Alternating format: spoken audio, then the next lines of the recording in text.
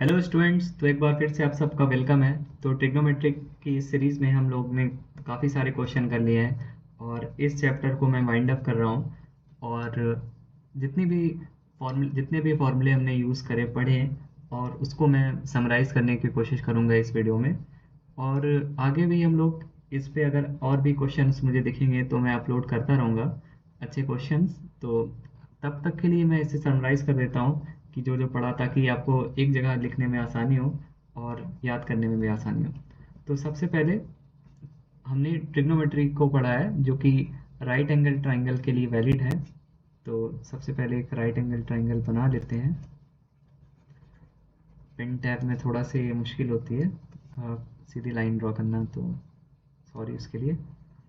तो ये हमारा राइट एंगल ट्राइंगल है, दैट इज़ ए बी और सी, और ये हमारा एंगल है थीटा, और एंगल बी पे हमारा 90 डिग्री है। ओके, तो ट्रिग्नोमेट्रिक रेशियोज को हम डिफाइन करते हैं। सबसे पहले साइन थीटा क्या होता है हमारा, दैट इज इक्वल टू होता है परपेंडिकुलर अपॉन हाइपोटेन्यूज। परपेंडिकुलर को पी से डिनोट करा, हाइपोटेन्यूज को एच से डिनोट करा। तो इस ट्राइंगल में देख के बताओ कि परपेंडिकुलर क्या है, दैट इज ए बी है थीटा के सामने वाली साइड, और हाइपोटेन्यूज क्या है, ए सी। सो साइन थीटा हो गया। और दूसरा होता है हमारा कॉस थीटा। कॉस थीटा की वैल्यू होती है बेस अपॉन हाइपोटेन्यूज। तो बेस ही हमारे यहाँ पे है B C, B C upon A C हो जाएगा हमारा कॉस थीटा। टैन थीटा क्या होता है, टैन थीटा होता है that is sine theta by cos theta. Sine theta by cos theta कर दो तो क्या हो जाएगा, ये परपेंडिकुलर अपॉन हाइपोटेन्यूज। तो परपेंडिकुलर क्या है यहाँ पे, ए बी, और बेस क्या है हमारा बी सी। तो इसे याद करने के लिए एक ट्रिक होती है, बड़ी फेमस सी ट्रिक है जो हमने बचपन में पढ़ी, तो आपको मैं सिखाऊंगा, दैट इज ट्रिक।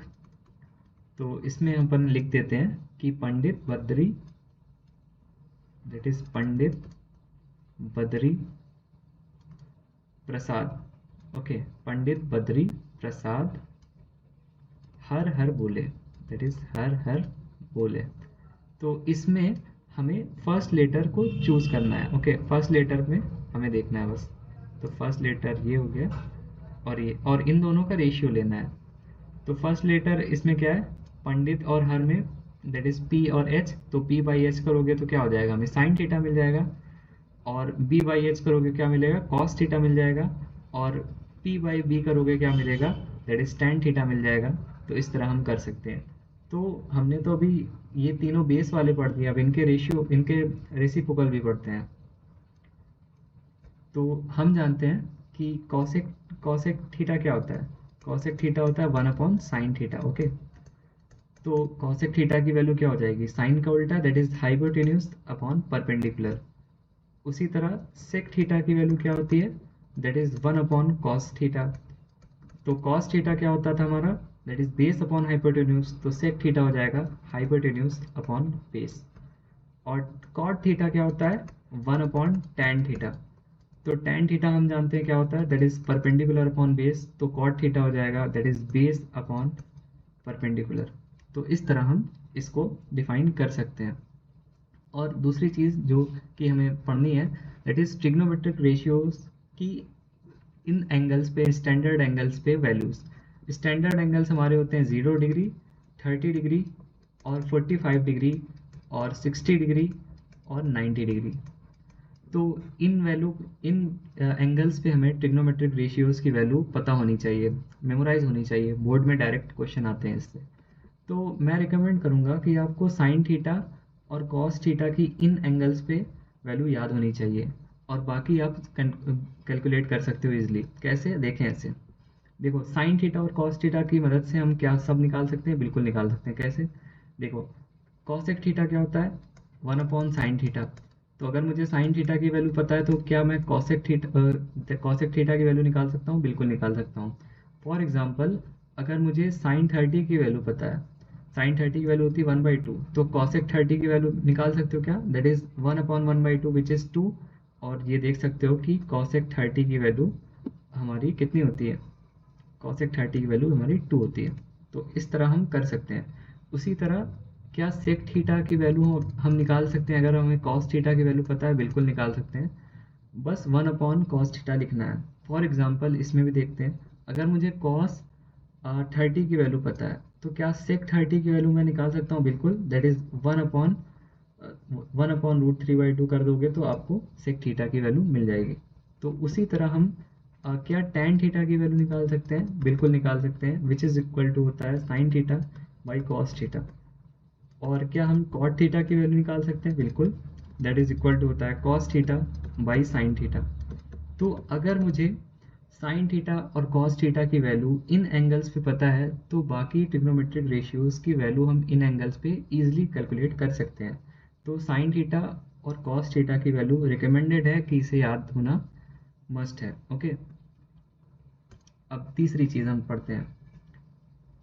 एक और फॉर्मूलेज होते हैं, that is equal to sine होता है साइन 90 माइनस थीटा। क्या होता है? साइन 90 डिग्री माइनस थीटा होता है हमारा कॉस थीटा। और कॉस 90 माइनस थीटा क्या होता है? दैट इज इक्वल टू होता है कॉस 90 डिग्री माइनस थीटा होता है साइन थीटा, इसका उल्टा। और हमारा हो जाएगा सेक 90 डिग्री माइनस थीटा क्या होता है? That is equal to cosec theta. और हमारा लास्ट है that is equal to tan 90 degree minus theta, that is equal to होता है कॉट थीटा। तो ये हमारे कुछ फॉर्मूलेज हैं जो हमें याद होना ज़रूरी है। ओके, और इतने फॉर्मूले तो याद होना चाहिए। उसी तरह बेसिकली अगर हम कॉसेक 90 माइनस थीटा करेंगे तो वो सेक थीटा हो जाएगा, और कॉट 90 माइनस थीटा करेंगे तो टैन थीटा हो जाएगा। तो इसको भी लिख देते हैं, एक और फार्मूला यहाँ से हो जाएगा that is cosec 90 minus theta which is equal to sec theta. और यहाँ से भी एक और फॉर्मूला आ रहा है that is equal to cot 90 minus theta which is equal to tan theta. तो ये 6 फॉर्मूले हमें याद होने ज़रूरी हैं। Okay, that is 1 2 3 and 4 and 5 and 6। तो ये फॉर्मूले भी हमें याद होना चाहिए, बोर्ड के लिए इम्पोर्टेंट है। अब आखिरी चीज़ जो हमने देखनी है that is Pythagorean trigonometric identities. Okay, तो ये क्या होते हैं? 3 होते हैं हमारे पास बेसिक पाइथागोरियन ट्रिग्नोमेट्रिक आइडेंटिटीज़। पहला होता है that is sine square theta plus cos square theta equal to होता है 1। ओके, दूसरा होता है हमारा 1 plus cot square theta equal to होता है that is equal to cosec square theta. और तीसरा जो होता है हमारे पास 1 plus tan square theta equal to होता है that is equal to sec square theta. अब इसे हम याद कैसे करें? इसके लिए भी हमें सिर्फ एक आइडेंटिटी याद होना ज़रूरी है that is sine square theta plus cos square theta equal to 1। कैसे? ट्रिक क्या होती है इसको याद करने की? देखें, सबसे पहले 3 बार आप sine square theta plus cos square theta equal to 1 लिख दो। Sine square theta plus cos square theta equal to 1। तो ये हम ट्रिक पढ़ रहे हैं कि कैसे इसे याद रखें। बस हमें sine square theta plus cos square theta is equal to 1 याद होनी चाहिए। तो 3 बार इसे लिख दो, sine square theta plus cos square theta equal to 1 और sine square theta plus cos square theta equal to 1। तो ये तो हमें याद होनी चाहिए, इसको तो छोड़ देते हैं। दूसरे में हम दूसरे में दोनों साइड हम साइन स्क्वायर थीटा से डिवाइड कर देंगे। ओके, साइन स्क्वायर थीटा से डिवाइड कर देंगे, और ये वाले में हम कॉस स्क्वायर थीटा से पूरे में डिवाइड कर देंगे। तो साइन स्क्वायर थीटा से डिवाइड करोगे तो क्या मिलेगा? 1 plus cot square theta equal to हो जाएगा कॉसेक स्क्वायर थीटा। और ये क्या हो जाएगा? That is equal to tan square theta plus 1 equal to sec square theta. तो इस तरह से हमने एक आइडेंटिटी की हेल्प से 2 आइडेंटिटी निकालना सीख लिया। तो बस हमें sine square theta plus cos square theta की इक्वल टू 1 याद होना चाहिए। उसमें एक बार साइन स्क्वायर थीटा से डिवाइड करोगे तो हमारी ये आइडेंटिटी बन जाएगी that is equal to 1 plus cot square theta is equal to cosec square theta. और अगर कॉस स्क्वायर थीटा से डिवाइड कर दोगे तो हमारी दूसरी आइडेंटिटी बन जाएगी that is tan square theta plus 1 equal to होता है sec square theta. I hope ये समझ में आया होगा आपको, और ये मेमोराइज करना मस्ट है क्योंकि हमारे बोर्ड में डायरेक्ट क्वेश्चंस आते हैं। तो आपको अगर फॉर्मूला याद रहेगा तो ईजिली और लेस टाइम में आप कैलकुलेट कर सकते हो। तो अगर कोई भी डाउट हो तो आप कमेंट सेक्शन में पूछ सकते हैं, और हमारी वीडियोस को लाइक करें, चैनल को सब्सक्राइब करें, और हमारी वीडियोस को देखते रहें, सीखते रहें, पढ़ते रहें। और गुड लक आपके बोर्ड एग्ज़ाम के लिए। Thank you.